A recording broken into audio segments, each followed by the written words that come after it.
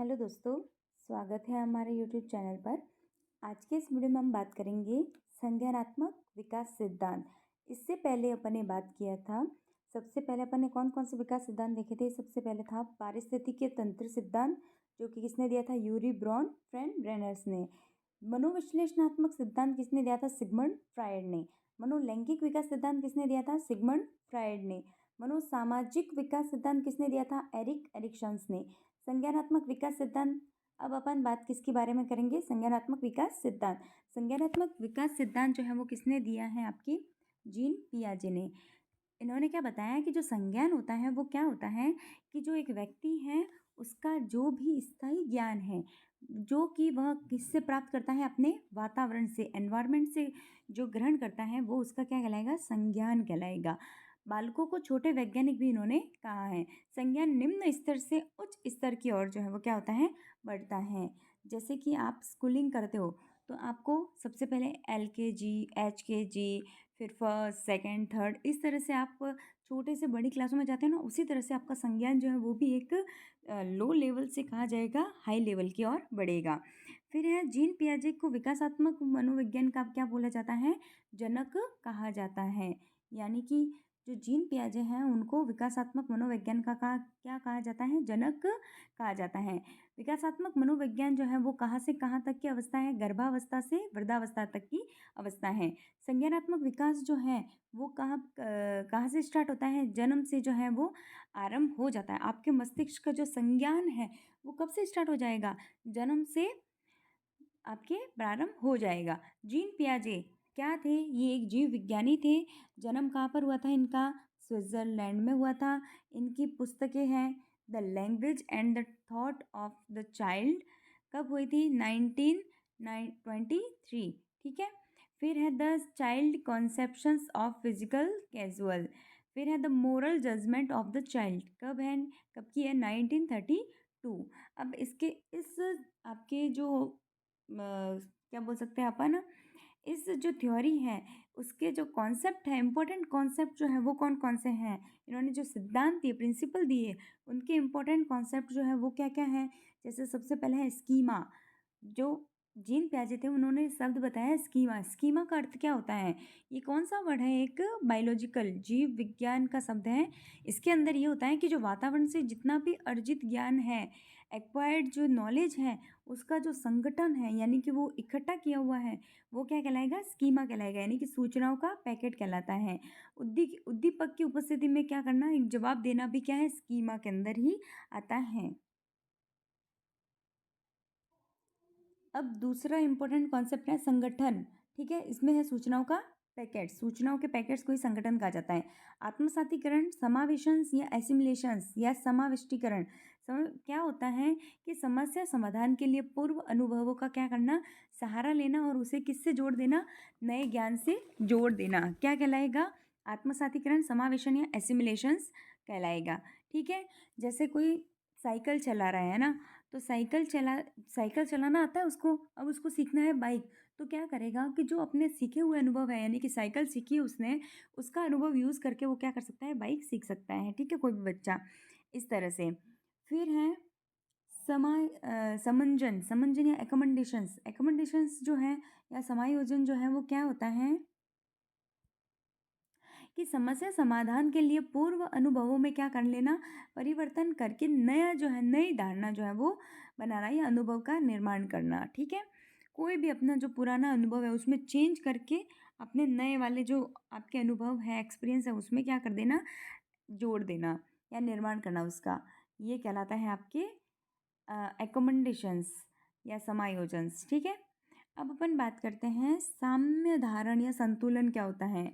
साम्य धारण जो है वो आत्मसातीकरण और आपके समंजन, इन दोनों के मध्य के बीच का जो तालमेल है वही साम्य धारण कहलाता है। इस सिद्धांत के अंतर्गत जो है वो क्या होता है कि विकास की अवस्थाओं को 4 भागों में बांटा है। कौन कौन सी विकास की अवस्था है? सबसे पहले है इंद्रिय जनित अवस्था। कौन सी है? इंद्रिय जनित अवस्था, जिसे क्या बोलते हैं? संवेदी पेशी अवस्था। क्या बोलेंगे? संवेदी पेशी अवस्था, सेंसरी मोटर स्टेज। कहाँ से कब तक है? 0 से 2 वर्ष तक है। चिंतन कैसा है? ज्ञानेंद्रियों के माध्यम से है, ठीक है ना। यानी कि बच्चा जो है ना अपने ज्ञानेंद्रियों का यूज़ करके, जैसे कि नाक, आँख, कान, इन सब का यूज़ करके वो क्या करता है? अपना चिंतन करता है। इसमें बच्चा जो है वो प्रत्यक्ष अनुभव से सीखता है। जो कुछ भी है अगर वो प्रत्यक्ष चीज़ है तो उससे बच्चा क्या करेगा? सीखेगा। शारीरिक क्रियाओं से सीखता है, हाथ हिलाने से, पैर वगैरह इस तरह से, है ना। फिर है पहला, आपके इस अवस्था में बच्चा जो है इंद्रिय जनित अवस्था या पेशी अवस्था में जो है बच्चा क्या करता है? अपना पहला सार्थक शब्द बोलता है 12 महीने की अवस्था में, ठीक है। दूसरा है कि वस्तु स्थायित्व का जो है इसमें क्या होता है? अभाव होता है। अब वस्तु स्थायित्व का अभाव का मतलब क्या है? बच्चे को अगर अपन कोई वस्तु दे, बताए उसको, फिर उसको बोल दे कि ये हाथ से अपन थोड़ा इशारा करके बोले कि वो तो जो पक्षी ले गया, या कोई बोल सकता है कि वो गायब हो गई, तो वो असली में वो मान लेता है कि वो जो वस्तु थी वो या तो पक्षी ले गया या फिर वो गायब हो गई, है ना। इस तरह से उसमें वस्तु स्थायित्व का क्या होता है? अभाव होता है। 18 से 24 माह के बच्चों में क्या होता है? वस्तु स्थायित्व जो है वो उत्पन्न हो जाता है। इस अवस्था को खोजी अवस्था भी कहते हैं और प्रतिवर्ती अवस्था भी कहा जाता है। ये अवस्था, अब देखो दूसरी कौन सी अवस्था है? पूर्व संक्रियात्मक अवस्था, प्री ऑपरेशनल स्टेज। कहाँ से कहाँ तक होती है? 2 से 7 वर्ष। इसको भी अगेन 2 भागों में बांटा है। सबसे पहली है प्राक संप्रेत्यात्मक अवधि, 2 से 4 वर्ष की अवस्था है, ठीक है। क्या होता है इसमें?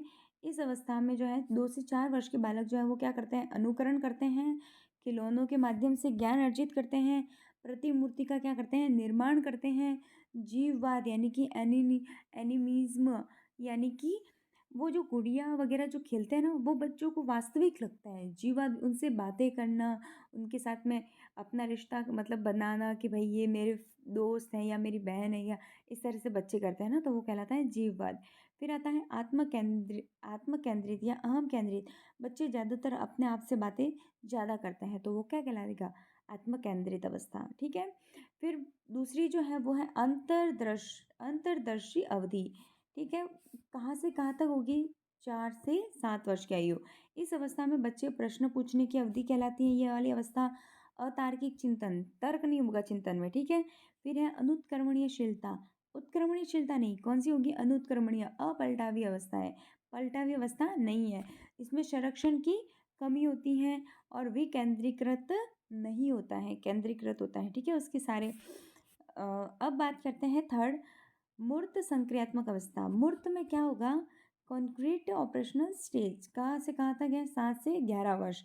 तार्किक चिंतन, इस अवस्था में जब बच्चा 7 से 11 वर्ष का हो जाता है तो बच्चे में क्या होता है? तार्किक चिंतन उत्पन्न हो जाता है। प्रारंभ में मूर्त वस्तुओं के प्रति चिंतन होता है, फिर मूर्त चिंतन की अवस्था कहलाती है ये अवस्था। कौन सी अवस्था? 7 से 11 वर्ष की। दो वस्तुओं में अंतर या संबंध स्थापित कर लेता है, उनको समानता और असमानताओं के आधार पर अलग अलग कर सकता है। उत्क्रमणीयता पाई जाती है, पलटावी अवस्था होती है, संप्रत्यक्ष, संरक्षण और संबंध। और देखो 3 संप्रत्यक्षण है, कॉन्सेप्ट है इसमें। सबसे पहले है संरक्षण, फिर है संबंध और वर्गीकरण, ठीक है।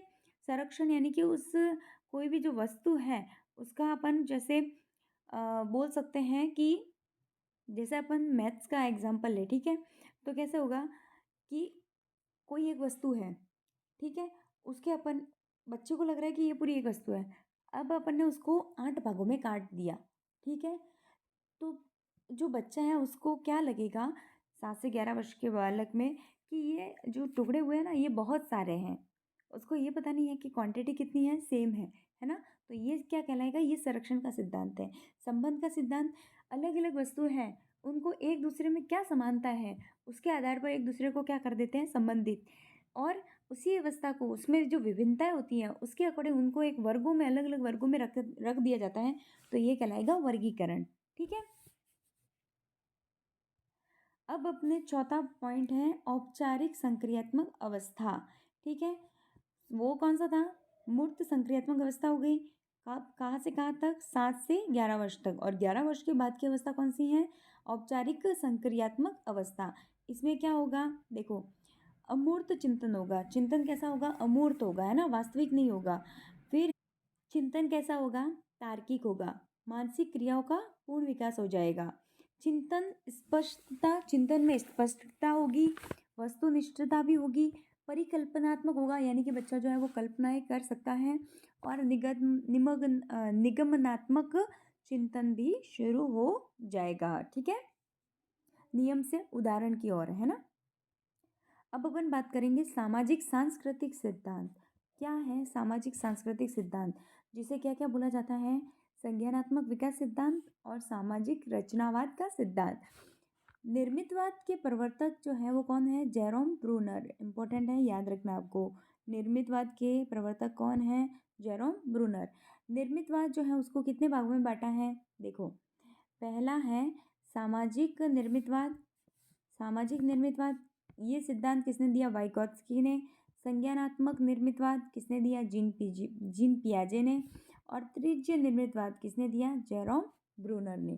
ठीक है, अब आपको जो पढ़ना है वो है सामाजिक सांस्कृतिक सिद्धांत। किसने दिया? लेव वाइगोत्स्की ने। ठीक है, इनकी जो बुक थी वो थी द थॉट एंड लैंग्वेज। क्या थी? The thought and language. जन्म कब हुआ? 1896। कहाँ पर? रूस में। एक बालक सामाजिक अंतःक्रिया करते हुए अपना जो है वो विकास करता है, अपने बड़ों से क्या करता है? सीखता है। यानी कि बच्चा जो कुछ भी सीखता है वो क्या करता है? अपने जो समाज है उसके अंदर अंतःक्रिया करके सीखता है। जैसे बच्चा है तो वो क्या करेगा? कोई भी चीज़ है उसको सीखनी है तो वो किससे अनुकरण करेगा? अपने माता पिता से, अपने भाई बहन से, बड़े भाई बहन से, दादा दादी से। तो वो जैसा करेंगे उसका अनुकरण करके बच्चा भी क्या कर लेगा? सीखेगा।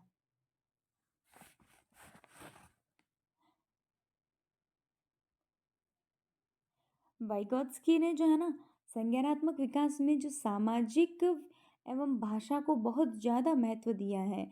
यानी कि कोई बच्चा है उसका अगर संज्ञानात्मक विकास होना है तो उसमें महत्वपूर्ण चीज़ें जो है वो कौन कौन सी हैं? समाज और उसकी भाषा।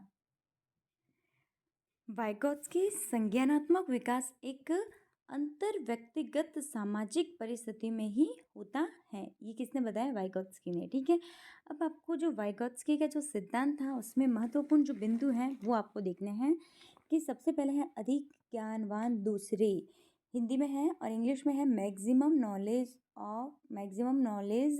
नॉलेजेबल अदर, यानी कि MKO क्या होता है? देखो, MKO जो है वो वयस्क व्यक्ति हैं जो क्या क्या हो सकते हैं? पेरेंट्स भी हो सकते हैं और टीचर भी हो सकते हैं। बड़ा व्यक्ति जो बालक को क्या करता है? सहायता देता है। ठीक है, अब किस में सहायता देता है? देखो, बच्चा चलना सीखता है ना, तो उसमें उसका जो हेल्प करता है वो कौन करेगा? उसके पेरेंट्स करते हैं। तो जो पेरेंट्स हैं वो क्या हो गए? MKO हो गए। फिर बात करते हैं अपन स्केफोल्डिंग जो है पाद, मचान या सहारा, है ना। क्या होता है कि ढांचा निर्माण करना। शब्द किसने दिया है ये स्केफोल्डिंग का? जेरोम ब्रूनर ने। बच्चों को सिखाने के शुरुआती दौर में वयस्क के द्वारा या MKO के द्वारा दी जाने वाली जो अस्थायी सहायता है वो क्या करते हैं? वो क्या कहलाएंगे? स्केफोल्डिंग। यानी कि जो जैसे बच्चा गिर गया तो उसका उठाया एक बार, है ना, तो वो क्या है? अस्थायी जो है वो क्या की? उसने सहायता की। ठीक है, फिर वापस बच्चे को चलना तो है ही अपने आप ही, तो वो क्या कहलाएगा? स्केफोल्डिंग कहलाएगा। और zone of proximal development, ZPD जो है समीपस्थ विकास क्षेत्र, क्या होता है कि सिखाने के दौरान बच्चे को अपने वास्तविक विकास के स्तर से अलग तथा उनके संभाव्य विकास के क्षेत्र की तरफ में ले जाने की कोशिश जो है वो क्या कहलाएगा? इन दोनों के बीच के स्तर के बीच के अंतर को ही समीपस्थ विकास क्षेत्र कहा जाता है। यानी कि बच्चा देखो पहले तो क्या करता है? बहुत धीरे धीरे चलता है या गिरता हुआ चलता है वगैरह। अब जैसे ही गिर गया तो उसको उठाएगा कौन? MKO। उठा दिया, अब वापस चलना सीख रहा है। ये तो क्या है उसका? अभी तक उसका वास्तविक विकास नहीं है, संभाव्य विकास है। वास्तविक विकास कब होगा? जब वो एकदम परफेक्ट सीखना मतलब चलना सीख जाएगा, है ना। तो सीखने से पहले और सीखने के बीच में, इन दोनों के बीच का जो अंतर है, जिसमें क्या होता है बीच का जो स्थान है, इस बीच के स्थान को ही क्या बोलते हैं? समीपस्थ विकास क्षेत्र कहा जाता है। ठीक है, समस्या समाधान के दौरान बीच में उलझ जाने पर वयस्क के द्वारा बच्चे को दी जाने वाली जो स्थायी सुविधा है वो क्या कहलाती है? और डी, यानी कि इसके दौरान जो बच्चे को स्थायी सुविधा मिल जाती हैं, हेल्प की जाती हैं, वो कहलाती है ZPD कहलाती हैं। आंतरिक संभाष्य या निजी संभाष्य जो है वो क्या होता है कि अपने भाषा और चिंतन को भी एक महत्वपूर्ण माना है। किसने माना है? वाइगोत्स्की ने। आत्मनियमन के लिए भाषा का उपयोग किया जाता है तो उसे क्या बोलते हैं? आंतरिक संभाष्य बोलते हैं। यानी कि आत्मनियमन के लिए भाषा का उपयोग किया जाता है, अपने आप से बातें करना, आंतरिक संभाष्य। ठीक है, यानी कि मुझे ये इस तरह से करना चाहिए वगैरह, ये ऐसा मन में सोचते हैं ना, प्लानिंग वगैरह, तो वो किसके अंदर है? आंतरिक संभाष्य। अब है लेव वाइगोत्स्की ने क्या बोला है कि जन्म से 2 वर्ष तक के जो बालक हैं, तो के बालक में भाषा और चिंतन जो है वो क्या होता है? स्वतंत्र होता है, मतलब एक दूसरे पर निर्भर नहीं करते हैं। बालक में पहले क्या होता है? भाषा का विकास होता है और फिर उसमें चिंतन का विकास होता है। जबकि जीन पियाजे इसका जस्ट उल्टा बोलते हैं। जीन पियाजे क्या बोलते हैं कि पहले बालक चिंतन सीखता है और फिर जो है भाषा का उपयोग करता है। जब बालक खुद से बात करता है तो वो कैसा होता है? आत्म केंद्रित होता है। ठीक है, अब बात करते हैं अपन अगले अपने सिद्धांत की, जिसे बोलते हैं नैतिक विकास सिद्धांत। नैतिक विकास सिद्धांत, 3 नैतिक विकास सिद्धांत है ना, जिसमें सबसे पहला जो नैतिक विकास सिद्धांत है वो है अपने लॉरेंस कॉलबर्ग। ठीक है, अब लॉरेंस कॉलबर्ग जो है उन्होंने क्या बोला कि नैतिक विकास क्या है? नैतिक विकास, नैतिक विकास के अंदर जो है समाज में क्या सही है और क्या गलत है, क्या उचित है, क्या अनुचित है, इसके अनुसार जो व्यवहार किया जाता है वो क्या कहलाएगा? नैतिक विकास कहलाएगा। समाज के अकॉर्डिंग क्या सही क्या गलत, इनके अकॉर्डिंग अपना व्यवहार जो है वो फिर क्या कहलाएगा? नैतिक विकास कहलाएगा। जो समाज में अच्छा व्यवहार बोला है अगर वो करते हैं तो अपने नैतिक विकास है, अगर अपन उसके विरुद्ध करते हैं तो वो क्या कहलाएगा? अनैतिक व्यवहार। ठीक है, बाल्यावस्था में नैतिक विकास का जो है वो आरंभ हो जाता है। कौन सी अवस्था में होगा? बाल्यावस्था में। प्रवर्तक जो है वो कौन है? लॉरेंस कॉलबर्ग जो है वो आपके नैतिक विकास सिद्धांत के प्रवर्तक हैं। जीन पियाजे की the moral judgement of the child, ठीक है, इस वाली बुक में, पुस्तक में नैतिक विकास सिद्धांत जो है वो दिया है। किसने? जीन पियाजे ने। उनके विचारों को आगे बढ़ाने के लिए क्या किया? लॉरेंस कॉलबर्ग ने नैतिक विकास सिद्धांत का क्या कर दिया? प्रतिपादन किया। लॉरेंस कॉलबर्ग ने 20 बच्चे पर छोटे 20 बच्चों को छोटे बच्चे को क्या किया? लघु कथाएं जो है वो सुनाई, जिसमें क्या थी? नैतिक दुविधाएं जो है वो सुनाई। फिर क्या हुआ? और सबसे प्रसिद्ध नैतिक दुविधा की जो कहानी थी वो कौन सी थी? हैज की दुविधा। ठीक है, नैतिक विकास सिद्धांत के 3 स्तर में 6 अवस्थाएं हैं। मतलब विकास सिद्धांत में स्तर कितने? 3, और तीनों में जो है वो 2-2, यानी कि टोटल कितनी होगी? 6 अवस्थाएं होगी। अब कौन कौन सी हैं? चलिए स्टार्ट करते हैं। सबसे पहले है पूर्व परंपरागत अवस्था। वो नैतिक विकास सिद्धांत में पूर्व परंपरागत स्तर जो है वो कहाँ से कहाँ तक है? 4 से 10 वर्ष। बालक के तर्क व चिंतन का आधार जो है वो क्या है? बाहरी दुनिया होती है। यानी कि 4 से 10 वर्ष तक में बालक का जो तर्क और जो चिंतन होता है वो क्या होगा? बाहरी दुनिया होगी। यानी कि खुद का मस्तिष्क नहीं लगाएगा। ठीक है, जो देखेगा कि ये अच्छा है तो वो अच्छा है और जो बुरा है तो वो बुरा है। लेकिन वो अगर आगे का जो है वो, अगर क्या बोल सकते हैं अपन कि स्वांग रचाया हुआ है, ठीक है, तो वो बच्चा जान नहीं पाएगा कि ये सही है या गलत है। उसके सामने जो भी है केवल प्रत्यक्ष रूप से ही जो है वो तर्क और चिंतन करेगा। बाहर देखकर ही क्या सही है और क्या गलत है वो देखकर मान लेगा। समाज की परंपरा और रूढ़िवादियों को भी वो समझ नहीं पाएगा कि सर समाज में क्या परंपरा है और क्या रूढ़िवादियाँ हैं, इसको समझ नहीं पाएगा। इसमें जो पहला पॉइंट है वो है आपके दंड एवं आज्ञाकारिता की उन्मुखता की अवस्था। ठीक है, दंड और आज्ञाकारिता की उन्मुखता में क्या होगा? देखो, पूर्व परंपरागत की स्तर की कौन सी अवस्था है? पहली अवस्था। नैतिकता का कारण मिलने वाला दंड है। यानी कि बच्चा जो है, जब उसके माँ बाप जो है वो बोलते हैं कि बेटा चोरी करना क्या है? गलत बात, तो वो अपने दिमाग में बिठा लेता है।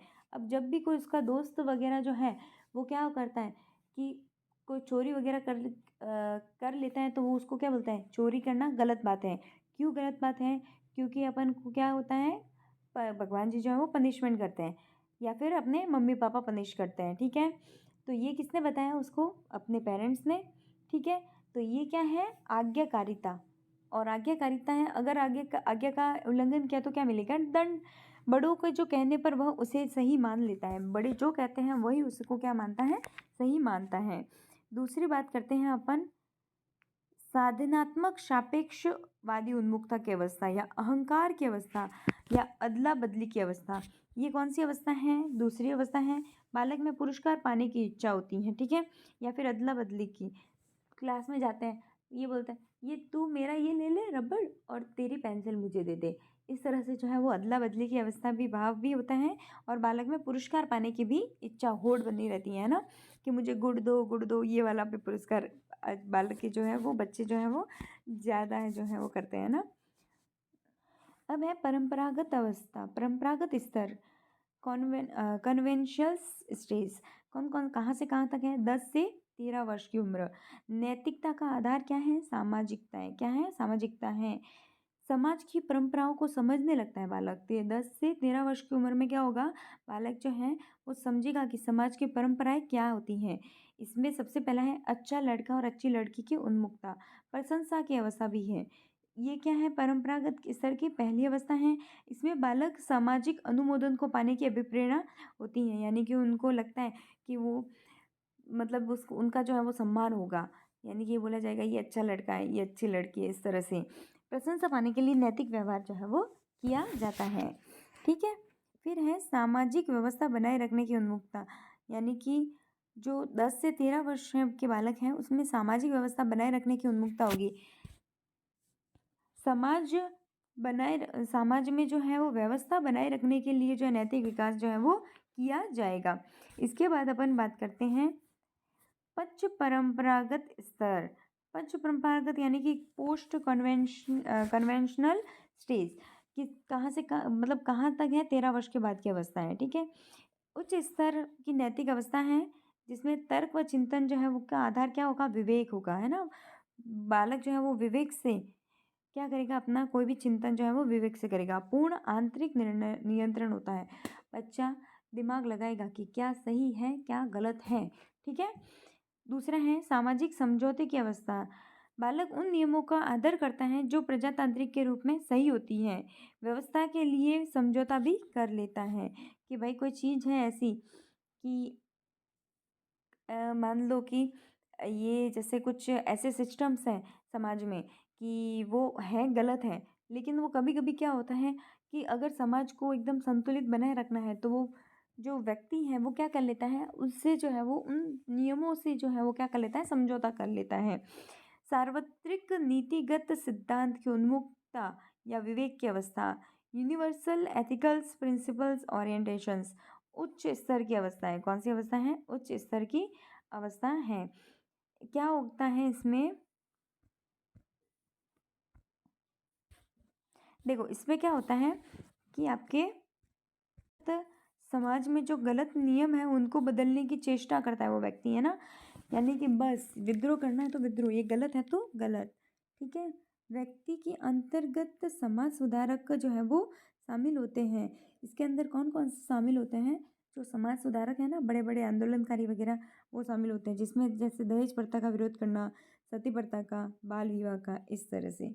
ठीक है दोस्तों, अगर आपको ये वीडियो अच्छा लगा हो तो हमारे वीडियो को शेयर करें, लाइक करें और सब्सक्राइब करें और कमेंट करके ज़रूर बताएं कि आपको ये वीडियो कैसा लगा। धन्यवाद दोस्तों।